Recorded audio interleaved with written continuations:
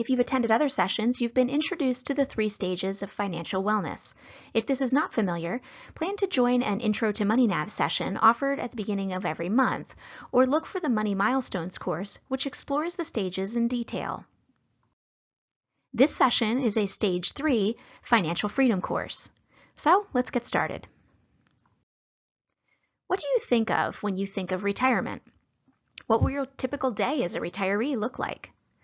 We spend a lot of time planning for life events, from summer vacations to birthday parties. We may think about retirement, especially during tough days at work, but are we really planning for the experience of it? Many folks hesitate when it actually comes time to retire.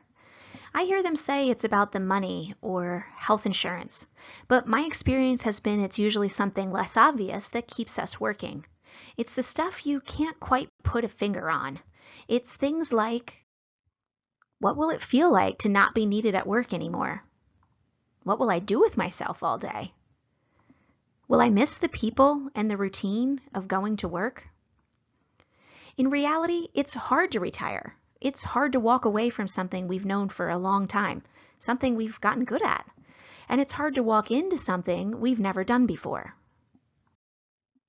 There are a lot of details to consider as you move toward the retirement finish line. Sometimes folks plan to retire, but when it comes right down to it, they put it off and keep working instead. I've found that the #1 reason folks delay or don't enjoy retirement is because they didn't spend enough time planning the details around how they will spend their time when they aren't punching the clock anymore. Every day is Saturday. You've probably heard someone say that about retirement. My dad said it every day for a year after he retired. And I agree, the idea of shutting off the alarm clock for good and always having another day off does sound appealing. But in time, this enthusiasm might wear off. And if you don't plan for that, you might find yourself wishing you'd never stopped working. One of the best things you can do in this last lap of your working career is to plan your time. Is there a hobby you haven't had enough time for? Maybe there are classes you'd like to take or competitions you could participate in. I have a client who took pastry classes just before she retired, and she now competes in country fairs all across the state. Perhaps you want to spend more time with family or friends. Maybe you could get more involved in your church or help with childcare for grandchildren. Maybe you'll travel more. Spend time now discovering resources that might help you make the most of travel. There are organizations that plan great trips for retirees. Find out about them now so you can dive right in when your working days are behind you. Maybe you'll want to perfect a trade or learn a new subject. Find out what classes and programs are available near you. With a bit of effort, you'll probably find everything from carpentry to gardening, even classes on American history. One of the best things you can do is to find volunteer opportunities that exist in your community. This is a great way to put your lifetime of experience to work with the added bonus of being able to quit when you've had enough. All kidding aside, volunteering is a great way to stay socially connected.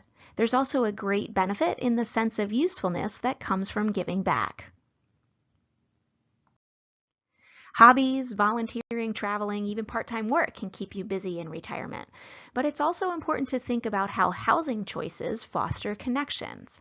Let's consider answers to these 3 simple questions. Who will change a light bulb for you?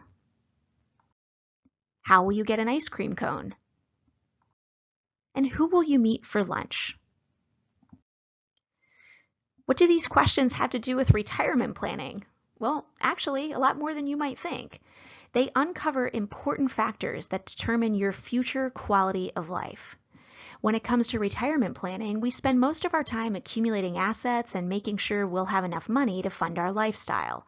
And while the fear of outliving wealth is not unreasonable, there's an even greater risk of losing your independence as your health declines, being unable to do the little things that bring you joy, and experiencing the loss of friendships and social connections. Let's start with our light bulb question.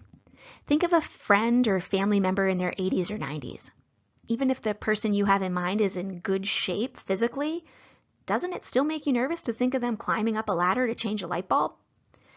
The question isn't just about the simple and mundane task of changing a light bulb. It's a question about long-term housing maintenance. Do you have a plan for how you will maintain your home? Does that plan include the costs of getting the services you'll need help with and the trusted folks who will provide those services? As you probably know, finding help gets harder and harder by the day. Now imagine it's a hot August night, perfect for grabbing an ice cream cone. Quality of life means being able to have experiences, those simple pleasures, when you want to have them. But being able to have that ice cream cone on your terms means having adequate transportation to go where you want, when you want. What if driving is no longer safe? Have you planned for alternatives that will enable you to continue experiencing those simple moments of joy? Or perhaps can you find a community or a living environment that will have these simple pleasure activities organized for you? Finally, who will you meet for lunch? Lunch is more than a meal, it's an occasion. And having folks to meet for lunch means you have a healthy social network. And I don't mean an online community. Getting together with others in person and on a regular basis reinforces a healthy and active lifestyle. Today, more than 40% of women over age 65 live alone.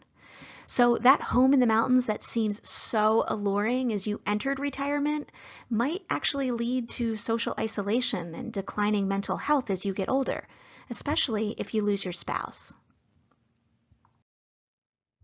Don't underestimate the extent to which staying connected can impact your quality of life in retirement. And while it's not fun to think of leaving your home, most folks we've worked with that move to a retirement community actually wish they'd done it sooner. Retirement communities are set up to help you maintain connection through gatherings like ice cream socials. They have services that help you get back and forth to important appointments, and they handle many of the burdens of maintaining your physical living environment. These are things that might just give you more peace of mind and more time to do the things you really want to do in your golden years. And be sure to have these difficult conversations with loved ones before your situation becomes medically urgent. The sooner you transition, the stronger your social network and sense of community will grow.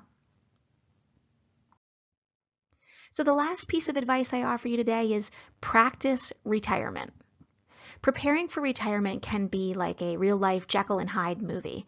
One minute you're planning a cross-country road trip, and the next you're figuring out who will get your stuff when you die. It's simultaneously thrilling and nerve-wracking.